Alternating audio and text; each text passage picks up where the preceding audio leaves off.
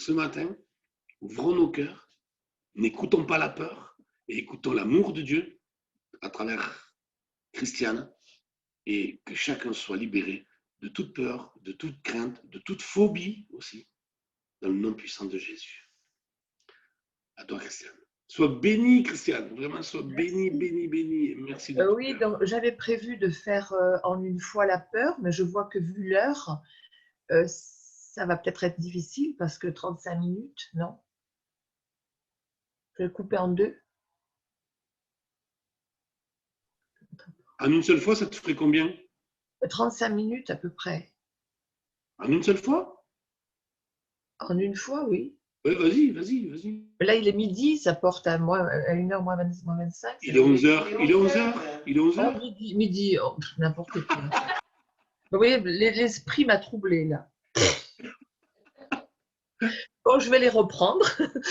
Mais avant de présenter le sujet, je voudrais déjà remercier Olivier parce que c'est grâce à lui si j'ai cette opportunité d'apporter des messages. Parce que c'est lui qui a dévoilé ce que Dieu attendait de moi quelque part, c'est-à-dire l'enseignement, parce que j'étais vraiment très très loin de cette idée-là. Et donc, je le remercie parce que c'est un réel plaisir de vous servir de cette façon et puis de servir Dieu. Alors, mais souvent, je pense aussi à tous ces dons qui dorment dans les églises, faute d'être dévoilés. Et ça fait beaucoup de peine parce que le Seigneur attend. Voilà, donc merci encore Olivier. Alors aujourd'hui, c'est vrai que nous allons aborder un sujet très d'actualité, on va dire, puisqu'il s'agit de la peur. Je crois que je ne vous apprends rien en vous disant qu'en ce moment, on est bien en train de nous l'activer, cette peur, dans des façons vraiment très démesurées. Alors, on va commencer par se poser la question, qu'est-ce que la peur? Eh bien, la peur, c'est une émotion violente suite à une prise de conscience d'un danger, d'un danger d'ailleurs qu'il soit réel, qu'il soit anticipé, voire même imaginaire. On a tous vécu ce genre de situation. Alors on va dire que la peur, c'est la manifestation de notre instinct de conservation, c'est-à-dire qu'elle fait face à une menace en général contre notre vie. Alors je pense que la peur, on peut dire aussi qu'elle provient souvent aussi de l'ignorance et de l'inconnu. Et on a évidemment tous eu peur à un moment de notre vie et on s'est bien rendu compte que la peur paralyse, qu'elle freine. Donc, quand on subit ces contretemps, on va dire, eh bien, ça nous provoque bien sûr de la souffrance. Et cette souffrance, eh bien, elle s'ajoute au reste, il faut aussi la gérer. Alors, on va dire que la souffrance, que la peur, pardon, elle se manifeste très tôt. Déjà dans notre vie d'enfant, on subit des peurs. Elles sont multiples. Hein. Il y a la peur, on va citer celle qui revient souvent, la peur du noir. La peur du bruit. Le bruit fait peur aux enfants aussi. Ils ont souvent peur du voleur. Ils ont peur aussi de l'abandon. Et puis, il y en a d'autres, hein, peurs. Alors, on peut dire aussi que les peurs d'enfants, souvent, vont s'en aller quand l'enfant grandit. Elles vont disparaître parce que ce sont des étapes dans leur vie. Mais souvent, il y a d'autres peurs d'enfance qui restent. Hein, la peur de l'abandon, tout ça, ça peut être très fort suivant ce que l'on a subi. Alors, les enfants, à un moment de leur vie, quand ils grandissent, qu'est-ce qu'ils ont envie? Ils ont envie de découvrir de nouvelles choses, de faire de nouvelles expériences. Alors, quelquefois, elles ne sont pas toujours très réussies. Et suivant la réaction que les parents vont avoir face à cet échec de l'enfant, va être déterminant aussi pour eux, pour leur avenir, parce qu'ils peuvent associer cette idée d'échec à une peur de prendre des risques. Et ça peut se traduire ensuite dans leur vie d'adulte. Donc, ils peuvent avoir appréhendé de prendre des risques, même mesurés, parce qu'ils vont avoir peur de faire des erreurs, ils vont avoir peur d'échouer.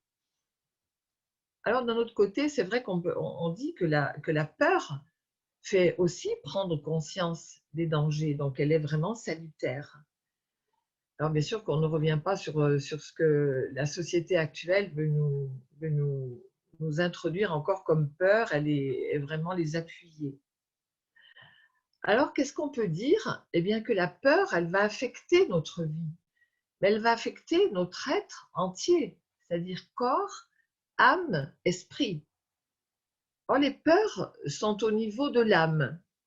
En général, les peurs sont au niveau de l'âme, mais lorsque l'on a des peurs très très profondes, très violentes, à ce moment-là, elles se passent dans l'esprit. Elles vont donc affecter notre esprit. Et c'est là où ça devient compliqué parce que l'esprit, il n'y en a qu'un qui peut aller dans notre esprit. Il n'y a que Dieu qui peut aller, le Saint-Esprit peut aller dévoiler, voir ce qui se passe dans notre esprit. Et c'est pour ça que les psys, quand on les consulte, eux, ils agissent au niveau de l'âme exclusivement. Donc, on comprend pourquoi, eh bien, quelquefois, il y a des sujets qui n'arrivent pas à être traités. Il y a toujours cette souffrance, il y a toujours ces peurs, parce que ce sont des peurs qui ont été, qui se sont logées dans l'esprit. Et sans l'aide, donc je répète, du Saint-Esprit, eh bien, c'est pas possible. Donc, on va vivre avec si on ne fait pas le travail avec lui. Alors, comme c'est pourquoi, comme on l'a déjà dit pour la colère, on l'a vu pour le rejet, que toutes ces émotions non guéries, eh bien, elles ont été enterrées vivantes, donc elles ne sont pas traitées. Donc, c'est pour ça qu'elles nous poursuivent et qu'elles sont encore actives tant qu'on n'a pas fait ce travail en profondeur. Alors, c'est vrai qu'on entend souvent, et moi je sais que je l'ai moi-même prononcé, ah ben je suis anxieuse, c'est ma nature. Eh bien, il faut dire non, non, ce n'est pas notre nature. C'est qu'il y a vraiment une cause qui a déclenché cette anxiété et qui lui permet de continuer de vivre. Et c'est vrai que pour ma part, lorsqu'on a fait le travail, et c'est encore une chance à Naba, à Ministries, de pouvoir faire tout ce travail de profondeur que le Saint-Esprit a dévoilé, et c'était bien dans l'esprit. Donc, ben voilà, maintenant j'en suis délivrée, gloire à Dieu. Et quand on a peur, eh bien, comme on l'a vu pour le rejet ou d'autres sujets, eh bien, on est donc vulnérable. On est vulnérable à la manipulation, on est vulnérable au contrôle. Donc, ce sont des situations qui nous mènent dans du trouble, on va même dire dans de la confusion. Et c'est pour ça qu'on peut même en arriver à conclure et à douter de Dieu, à douter du caractère de Dieu. Donc, vous voyez comme quoi c'est vraiment grave. Et là, je ne vais rien vous apprendre non plus, parce que quand on est exposé à des situations stressantes, eh bien, notre corps, notre organisme va réagir. Et qu'est-ce qu'il va faire? Eh bien, il va réagir en sécrétant des substances chimiques, des hormones, telles que l'adrénaline. Et c'est suivi on va dire, de manifestations corporelles, hein. On a le cœur qui s'accélère, on a la respiration qui est plus rapide, on a même les vaisseaux sanguins qui se dilatent. Donc, ce n'est pas toujours très confortable, hein, tout ça. Mais on va voir que quand même, que certaines personnes, elles aiment ça. Donc, qu'est-ce qu'elles vont faire? Elles vont provoquer des peurs pour pouvoir vivre ces situations qui leur convient, qu'elles aiment. Alors, je pense aux personnes qui font de l'alpinisme, de la haute montagne ou des sports extrêmes tels que le saut élastique, en parachute. Donc, on va dire qu'elles vont s'exposer, elles, volontairement à ces peurs pour pouvoir eh bien, profiter de tout ce que l'on vient de dire. Et ce qu'il y a, c'est qu'elles aiment se faire peur, mais aussi, on peut dire qu'elles peuvent s'exposer à des dangers en faisant ces choses-là. Alors, on se pose la question, que pense Dieu de ça, de cette réaction? Eh bien, est-ce que vous pensez que Dieu est d'accord? Non, Dieu n'est pas d'accord pour ça, parce que c'est lui qui nous a permis, puisqu'il nous a donné cette émotion de peur, et c'est pour nous avertir d'un danger, c'est pour nous prévenir. Mais il ne nous a pas donné la peur pour que nous-mêmes, on s'expose au danger. Donc là, on voit que c'est un péché. Maintenant, on se dit d'où vient la peur? Eh bien, la peur, en fait, on l'a eu d'un héritage très très ancien, hein, d'Adam et Ève, qui par leur désobéissance, leur insoumission, ont provoqué la peur. D'ailleurs, on va lire dans Genèse 3, 9, 10. Mais l'Éternel Dieu appela l'homme et lui dit, où es-tu? Bon, il répondit, j'ai entendu ta voix dans le jardin et j'ai eu peur parce que je suis nu et je suis caché. Donc, c'est sûr qu'ils se sont coupés par leur péché de la sécurité que donnait Dieu, de cette couverture spirituelle. C'est ça qui a déclenché chez eux la peur, puisqu'ils ont été séparés de Dieu. Donc, nous, on est dans le même état quand on a ces peurs brutales. Donc, d'autre part, on voit qu'ils étaient nus, donc ils se sont cachés pour ne pas être vus. Donc là, on peut aussi penser que c'est de là que vient que le regard des autres aussi souvent nous fait peur, nous interpelle. Et j'ai lu cette expression, c'est souvent la peur d'être mal jugé et non l'amour qui nous rend vertueux. Alors par amour, il faut aussi élargir, hein, obéissance. Alors pour illustrer cette phrase, on peut dire que si je fais bien mon travail, et si je fais bien mon travail, bah, normalement c'est parce qu'on sait que on doit le faire bien, c'est une règle, c'est une loi. Mais on peut se dire aussi que je le fais bien, c'est parce que je ne veux pas avoir de reproches. Donc là, ça devient effectivement moins vertueux. Comme si je roule à 90 km/h, c'est par respect d'une loi normalement.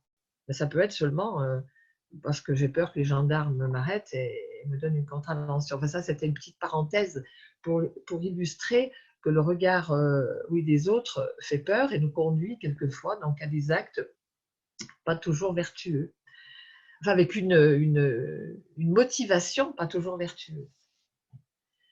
Donc on a vaguement parlé là avec les peurs provoquées du péché. Alors est-ce que la peur, d'une façon générale, est un péché d'après vous? Ben non, puisque la peur, on a vu qu'elle était une émotion donnée par Dieu, donc pour nous avertir d'un danger et de façon à ce que nous puissions réagir, nous protéger, demander de l'aide, comme nous inciter aussi à la prudence. S'il y a un danger imminent, anticipé, on sait que le danger va arriver, ben c'est sûr on va faire attention, on va se conduire d'une façon telle que le danger ne nous frappe pas. Alors à ce stade, il est évident que ce n'est pas un péché, puisque c'est une émotion, on dit bien, donnée par Dieu dans ce cadre-là. Mais comme on l'a dit tout à l'heure, quand la peur est provoquée, eh bien là, c'est un péché.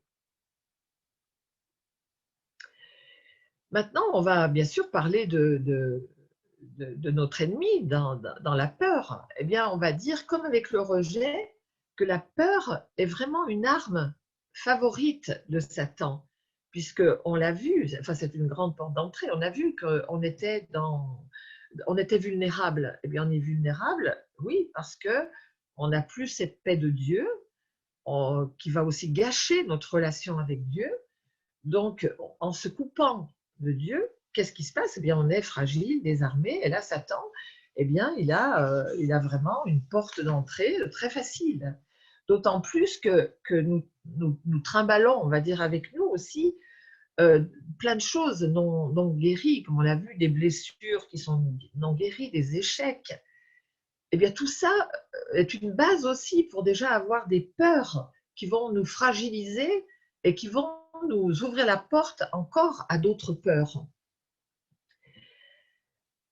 Qu'est-ce qu'on peut dire dans les évangiles? Dans les évangiles, qu'est-ce qu'on voit? Que les apôtres, eh bien, ont eu aussi souvent peur. Hein. Ils ont eu peur quand Jésus est arrêté. Ils ont eu peur après la résurrection de Jésus. Enfin, à plusieurs reprises, ils ont eu peur. Et c'est pourquoi Jésus leur a dit aussi souvent, eh bien, n'ayez pas peur. Et ça équivaut à quoi ce n'ayez pas peur? Eh bien, restez confiant, je suis là. Donc, c'est une preuve que quand on fait appel à Dieu, eh bien, cette peur eh bien, va s'estomper, va se dissiper. Parce que le royaume de Dieu, on peut dire que ce n'est vraiment pas un royaume de peur, puisqu'il y a la confiance, il y a l'amour, il y a la foi, il y a tout. Donc, ce n'est pas un royaume de peur. Et Luc 12, 32 nous dit, ne craignez point, petit troupeau, car votre Père a trouvé bon de vous donner le royaume. Donc, cela veut tout dire. Alors, aussi, quand on dit peur, il est évident qu'il y a on va dire, des manifestations différentes suivant les degrés de notre peur. Peur, c'est un mot qui englobe quand même beaucoup de synonymes et d'étapes dans la peur. Alors, on va en citer quelques-uns. On va commencer par le moindre, on va dire, quoique quand on le vit, on ne le trouve pas moindre. Par exemple, le trac. Le trac, c'est une peur quand les acteurs rentrent en scène, enfin, tout ce qui est du domaine du spectacle, ou même dans la vie, un étudiant qui propose un travail a le trac. Moi aussi, j'ai le trac. Voilà, donc ça, c'est quelque chose de logique aussi, qui va, une fois qu'on est parti dans notre sujet, eh bien, ce trac va partir aussi. Donc, c'est léger. Ensuite, on peut être troublé. Le trouble, c'est un manque de paix. C'est aussi une peur. Qu'est-ce qu'il y a? Il y a la crainte. La crainte qui vient du latin trembler, donc ça veut bien dire, hein, quand on tremble, la peur fait trembler. Et ensuite, on a l'inquiétude, l'anxiété. Là, c'est déjà plus important et c'est souvent une peur qui concerne le futur. Alors, dans l'écriture, on voit Matthieu 6, 25, c'est pourquoi je vous dis, ne vous inquiétez pas pour votre vie, de ce que vous mangerez, ni pour votre corps, de quoi vous serez vêtus. Et dans Luc aussi 10, 41, le Seigneur, donc à Marthe, quand il s'adresse à Marthe, le Seigneur lui répondit, Marthe, Marthe, tu t'inquiètes et tu t'agites pour beaucoup de choses. Oui, parce que l'inquiétude, c'est plutôt intérieur, et ensuite l'agitation, eh bien, on la constate à l'extérieur, parce que la personne va bouger, elle va brasser, c'est une façon pour elle d'exprimer cette inquiétude, puis surtout parce qu'elle ne la maîtrise pas. Ensuite, on a bien sûr l'angoisse. L'angoisse, là, on monte un petit peu en intensité, hein, c'est une grande inquiétude. Et le mot angoisse vient du latin serrer. Et c'est vrai, quand on est angoissé, qu'est-ce qui se passe? Eh bien, on a souvent une oppression thoracique, on a des serrements de gorge, on a cette impression effectivement d'être comprimé, compressé. Et puis après, on va toujours plus haut, hein, il peut y avoir la terreur qui est quelque chose, une peur qui est vraiment extrême, et la frayeur. Et puis il y a peut-être d'autres mots, hein, je ne sais pas, mais disons que ce sont des termes qui sont tous appropriés à la peur. Et puis on va rentrer dans quelque chose de plus profond après, qui est la phobie.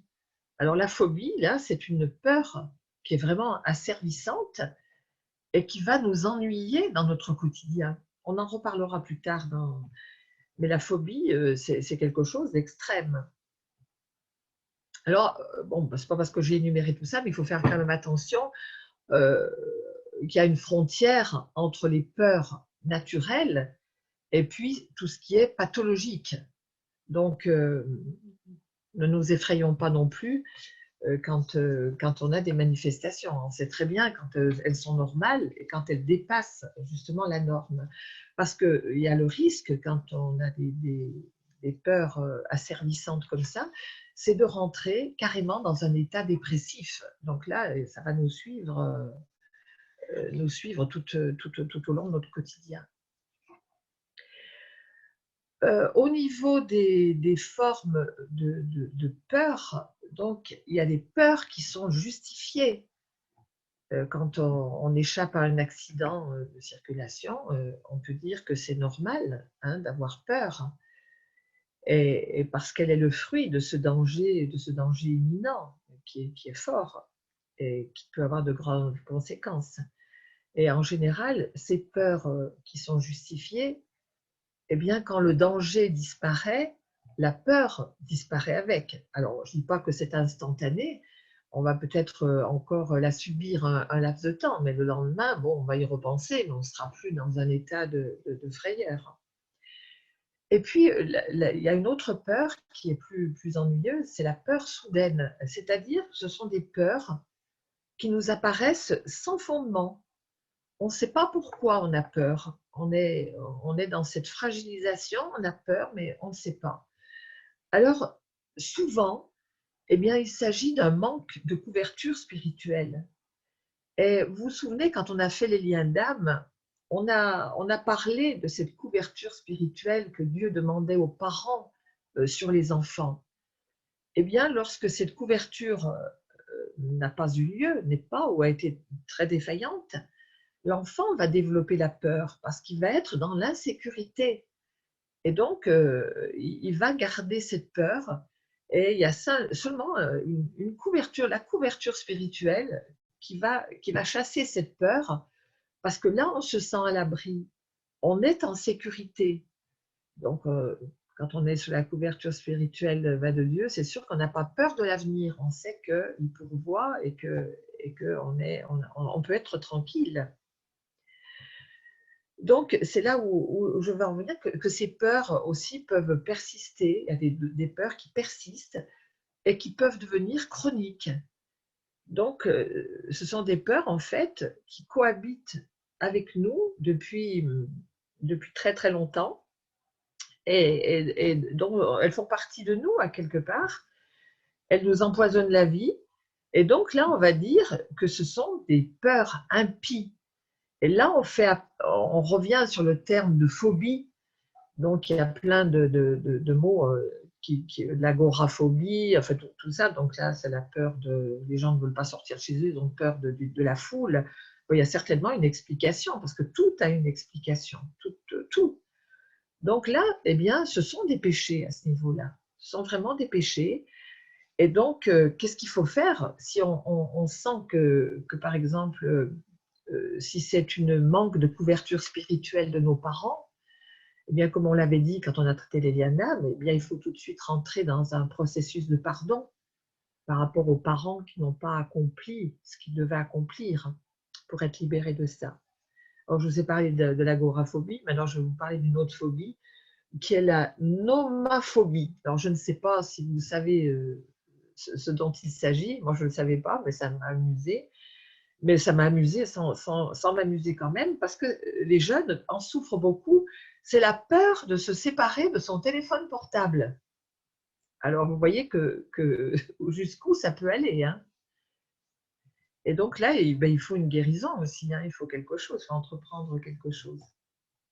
Alors, aussi, comme on a vu pour tout ce qu'on a traité déjà, que ce soit la codépendance, comment le rejet ou autre, eh bien, nous avons pu aussi hériter de peur générationnelle.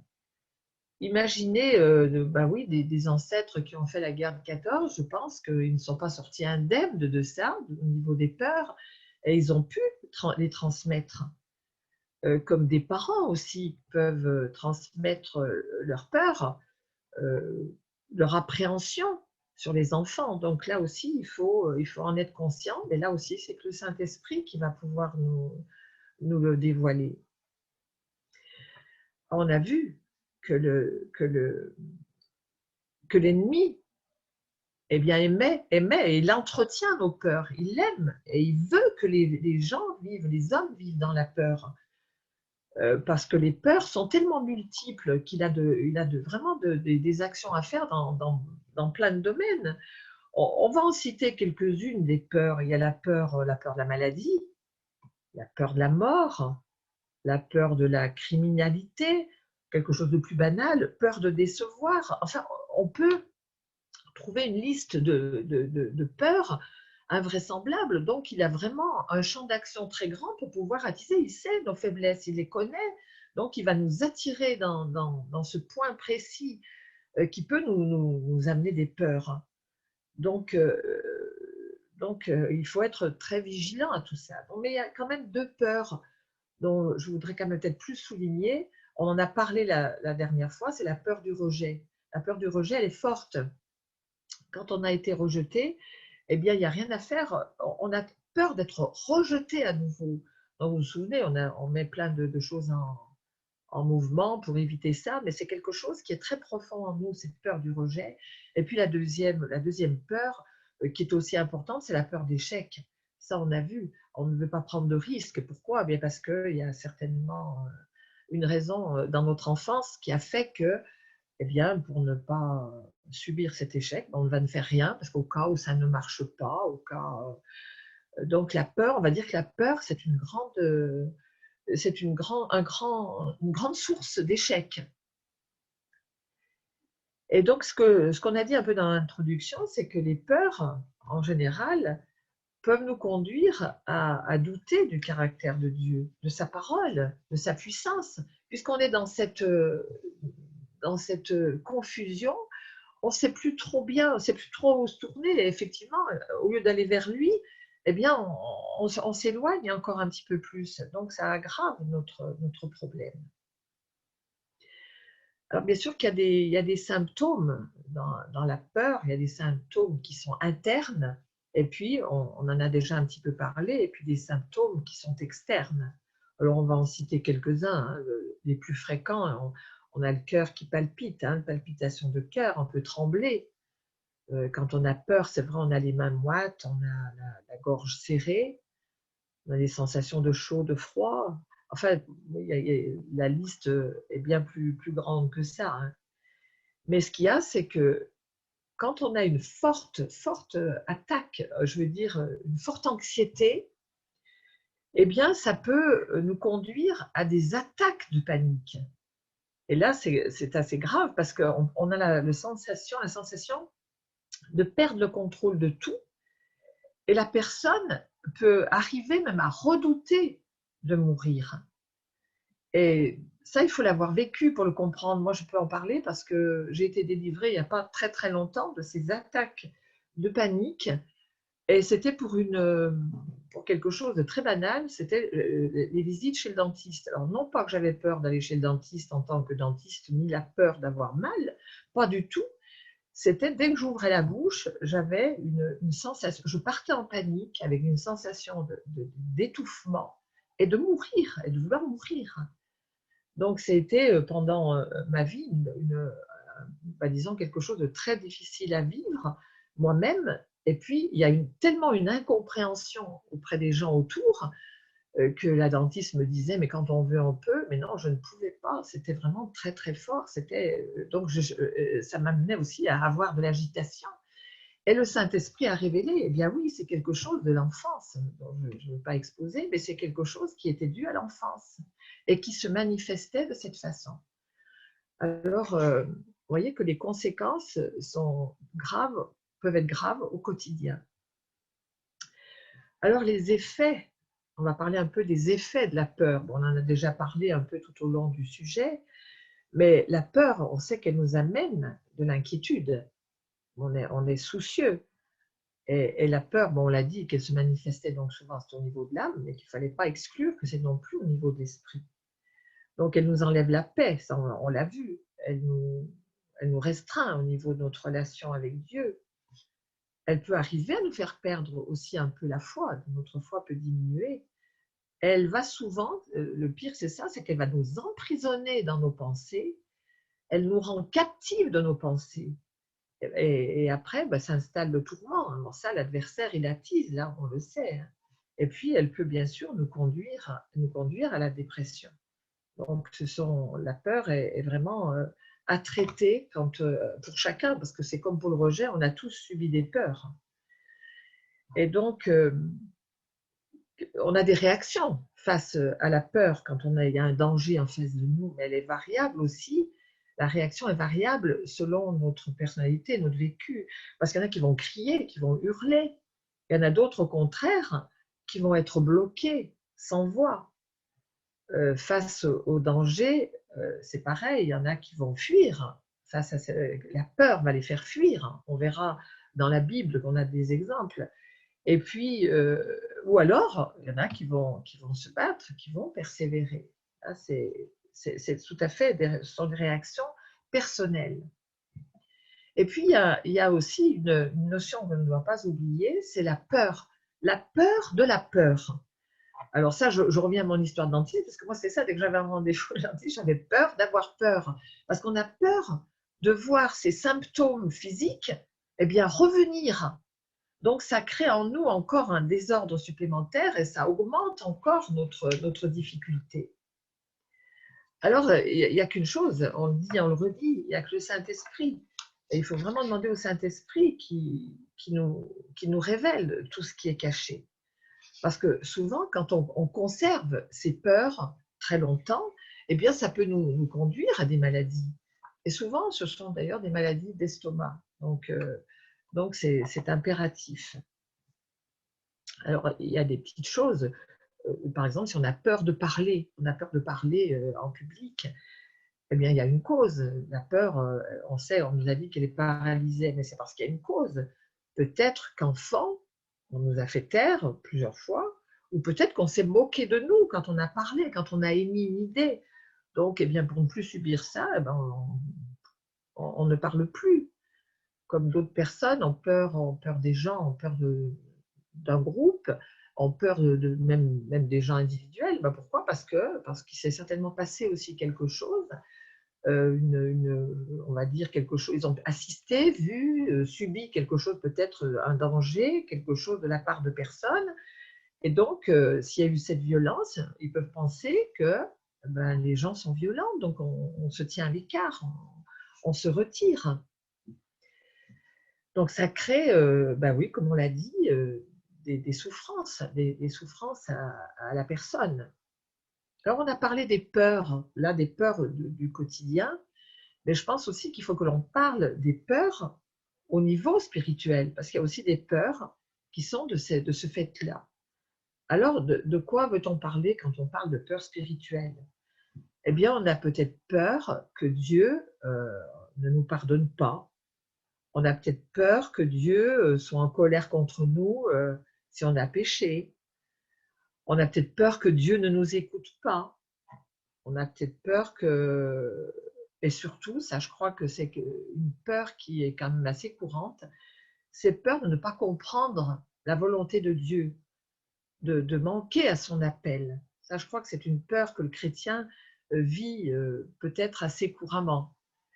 Et puis, une fois que peut-être aussi on a compris notre appel, on a peut-être peur de s'engager, on a peur de l'engagement. Donc, ce qu'il faut se dire, on connaît le caractère de Dieu. Alors, est-ce que c'est possible que toutes ces peurs soient justifiées? Non, ce sont des mensonges. Ce sont des mensonges, tout ça, et qui sont souvent alimentés, bien sûr, par l'ennemi. L'ennemi qui va nous titiller là-dessus pour nous détourner de Dieu, pour nous donner ces peurs qui auront des conséquences avec notre rapport à Dieu. Et le danger, c'est qu'on l'a déjà dit plusieurs fois, quand on croit un mensonge, donc on se met sous l'autorité du menteur, donc de l'ennemi. Et donc, voilà, donc à ce stade, j'ai envie de dire qu'il faut que l'on soit conscient que l'on a tous des peurs qui dorment en nous et qu'il est bon et qu'il est souhaitable de les faire remonter à la surface pour pouvoir les guérir et en finir avec ces peurs. Alors, il y a quand même une chose qui est très importante que nous devons aborder, c'est la peur dans la Bible, que la peur revêt un autre sens, qui est la crainte de Dieu, qui n'est sûrement pas la peur, mais qui est la crainte de Dieu, qui est le sentiment de révérence, de respect que l'on a vis-à-vis de Dieu. Et la crainte, donc, est bien différente de la peur, hein, parce que la crainte, on va dire que c'est une composante de la foi quand on sait qui est Dieu. Dans le psaume 33, 18, voici, l'œil de l'Éternel est sur ceux qui le craignent. Luc 5, 26, tous étaient dans l'étonnement et glorifiant Dieu, remplis de crainte, ils disaient, bon, nous avons vu aujourd'hui des choses étranges. Donc on peut dire que cette crainte, elle est associée, on l'a vu la fois, et à l'amour aussi, à l'amour. Ésaïe 11, 2, l'Esprit de l'Éternel reposera sur lui, l'esprit de sagesse et d'intelligence, esprit de conseil et de force, esprit de connaissance et crainte de l'Éternel. Donc, ce qu'il faut bien se dire, pour faire la différence entre la peur et la crainte, c'est que la peur de Dieu va nous éloigner de lui et en même temps de ses grâces, alors que la crainte de l'Éternel, eh bien, en revanche, eh bien, c'est la porte ouverte à ses bénédictions. Donc, attention de ne pas mélanger, de ne pas mêler les deux. Donc, on peut dire que la crainte de l'Éternel, c'est le commencement de la sagesse. Alors qu'on peut dire, craignez, mais n'ayez pas peur. Ça, c'est une bonne expression. Oui, donc, comme on l'a dit, qu'on peut aussi penser qu'on peut remettre en doute les capacités de Dieu quand on est dans la peur. Mais donc là, Satan, comme on l'a vu, il le sait, il va alimenter ceci. Hein.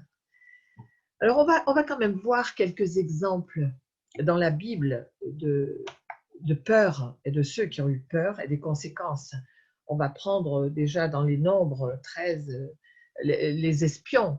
Vous vous souvenez qu'il y en a 10 qui ont pris une décision par rapport à leur peur. Ben, qu'est-ce qu'ils sont devenus, hein, ils sont morts, alors que les deux autres, hein, Caleb et Josué, eux ont pu avoir la bénédiction, rentrer dans le pays promis. Ensuite, on peut prendre aussi les frères de Joseph, qui eux ont connu une forte angoisse. Maintenant, nous connaissons l'angoisse. Nous sommes punis à cause de notre frère que nous avons vendu comme esclave. Bon, là, c'est la culpabilité qui les a un petit peu réveillés, on va dire, hein, à cause de leur peur. Mais vous voyez qu'ils sont rentrés dans l'angoisse. Et puis, un autre exemple bien flagrant, c'est le prophète Élie. Qu'est-ce qu'il a fait, Élie, devant les menaces de Jézabel? Donc, il a pris la fuite. On l'a vu tout à l'heure, hein, on avait différentes façons de réagir. Ben, lui, il a pris la fuite. Donc, c'est la peur qui l'a fait fuir. Bon, heureusement, Dieu est venu le visiter. Et ce qu'on peut dire, c'est que le mot peur est souvent utilisé, hein, dans le Nouveau Testament, ben, en guise, on va dire, d'avertissement. Si on prend 2 Pierre 3,17, vous donc bien-aimés qui êtes avertis, tenez-vous sur vos gardes, de peur qu'entraînés par l'égarement des impies, vous ne veniez à déchoir de votre fermeté. Et là, c'est de peur, c'est vraiment un avertissement de ce qui peut se passer. Ou dans Hébreu aussi 2,1, c'est pourquoi nous devons d'autant plus nous attacher aux choses que nous avons entendues, de peur que nous soyons emportés loin d'elles. Donc, vous voyez, c'est sous forme d'avertissement. C'est pas pour nous donner. Il est bien évident que c'est une mise en garde. Hein, ça ne doit pas susciter chez nous de la peur. Au contraire, on va dire que c'est une crainte là salutaire, hein, qui va nous amener à être vigilants dans certaines situations. Bon, après, il y en a encore d'autres, on ne va pas toutes les citer, hein. On va simplement voir l'exemple de Moïse quand il a quitté l'Égypte, qu'il aurait eu toutes les raisons d'avoir peur devant Pharaon, hein. Mais qu'est-ce qu'il a fait? Il n'a pas eu peur devant le roi terrestre, là, parce qu'il avait devant lui le roi invisible. Donc, vous voyez que Dieu nous permet d'avoir de chasser cette peur et d'être dans la confiance. Et donc, il est dit que c'est par la foi qu'il quitta l'Égypte, car il avait les yeux fixés sur la rémunération, donc évidemment sur Dieu. On peut faire une petite analyse et penser. Je pense vraiment que la peur, elle augmente toujours. Et pourquoi ça? Parce que je crois que justement la sainte crainte de Dieu a disparu, elle a diminué, on va peut-être pas dire disparu, mais elle a vraiment diminué. Donc, on a vu qu'on n'a plus cette confiance, on n'a plus cette sécurité, donc la peur. Et c'est vraiment grave parce que on va dire que les parents actuels ne craignent plus Dieu. Donc, leurs enfants, qu'est-ce qui va se passer? Ben, leurs enfants, ben, ils ne craignent plus Dieu non plus. Mais alors, le plus terrible, c'est qu'ils ne craignent plus non plus les parents. Vous voyez, ça nous fait rentrer dans un cercle infernal gravissime. Donc, on l'a vu plusieurs fois, hein, Dieu nous aime tellement et il voit nos souffrances, hein, qu'elles soient dues au rejet, à la codépendance, à tout ce qu'on a vu déjà. Là, il voit nos souffrances, notre peine par rapport à la peur et il est bien évident qu'il veut, comme chaque fois, nous libérer. Alors, comment faire? Eh bien, c'est simple, hein, comment faire? On l'a vu qu'il fallait l'aide vraiment du Saint-Esprit pour nous dévoiler nos peurs. Donc, il faut vraiment permettre, inviter le Saint-Esprit à mettre en lumière toutes les peurs qui dorment en nous. Il y en a certaines que l'on connaît, donc on peut plus facilement lutter, mais les peurs enfouies, il faut qu'ils viennent nous les dévoiler. Ensuite, il faut reconnaître qu'on a été dans cette peur, reconnaître qu'on a été peut-être dans le péché. Là, on parle de péché, hein, quand c'est la peur normale, il n'y a pas à rentrer dans ce processus. Là, ce sont pour les peurs impies. Bien sûr, se repentir. Et puis, on a vu qu'il pouvait y avoir des peurs générationnelles, donc c'est pardonner à tous ceux qui nous ont provoqué. Non, d'abord ceux qui nous ont provoqué les peurs. Avant les peurs générationnelles, c'est ceux qui nous ont provoqué les peurs, enfants ou tout au long de notre vie. Donc là, qu'ils soient vivants, ou comme on dit chaque fois, vivants ou morts, puisque c'est toujours actif. Et après, ensuite, s'il y a des peurs générationnelles, eh bien, c'est pardonner à nos ancêtres qui nous ont transmis ces peurs. Et puis après, comme on fait chaque fois, eh bien, on demande à Jésus, parce qu'il s'est forcément tissé de mauvais liens d'âme quand il y a eu des peurs entre personnes qui nous ont communiqué des peurs, donc que Jésus vienne couper ces mauvais liens d'âme. Alors quand on a fait tout ça, eh bien, on est tranquille parce que toutes les portes sont fermées. Donc après, eh bien, il reste à nous d'être vigilants et de faire attention. Mais contre la peur, on a vu qu'il y avait une solution, hein, c'était l'assurance de la présence de Dieu en nous. Et Jésus, oui, a dit plusieurs fois, hein, a dit ne craignez pas, ne craignez pas. Donc il faut essayer de maîtriser ces peurs, et puis parce qu'on doit les gérer aussi, hein, quelque part, et ne pas les subir. Et c'est vrai que le chrétien, lui, au milieu de la tempête, eh bien, si vraiment il s'en réfère, il appelle Dieu, il peut vraiment, je pense, l'entendre lui susurrer à l'oreille, ne crains pas, n'aie pas peur, je suis là. Et là, c'est vraiment une assurance qui nous envahit, et cette peur va partir. Et je crois on a parlé de la codépendance à Dieu, je crois que la lutte avec la peur que l'on va faire, que l'on va mener, va être une opportunité pour dépendre encore davantage de Dieu. Et je vais terminer avec le psaume 27:1 de David. L'Éternel est ma lumière et mon salut. De qui aurais-je crainte? L'Éternel est le soutien de ma vie. De qui aurais-je peur? Voilà, donc je pense qu'on a quand même bien survolé tout cet aspect de la peur, des conséquences, des manifestations. Maintenant, donc, on a la solution pour se sortir de nos peurs passées et puis pour ne pas subir des peurs dans l'avenir, des peurs impies. Je parle toujours des peurs impies parce que les autres, si demain encore une voiture va vous écraser, c'est sûr que vous ayez peur. Et là, c'est normal. Voilà.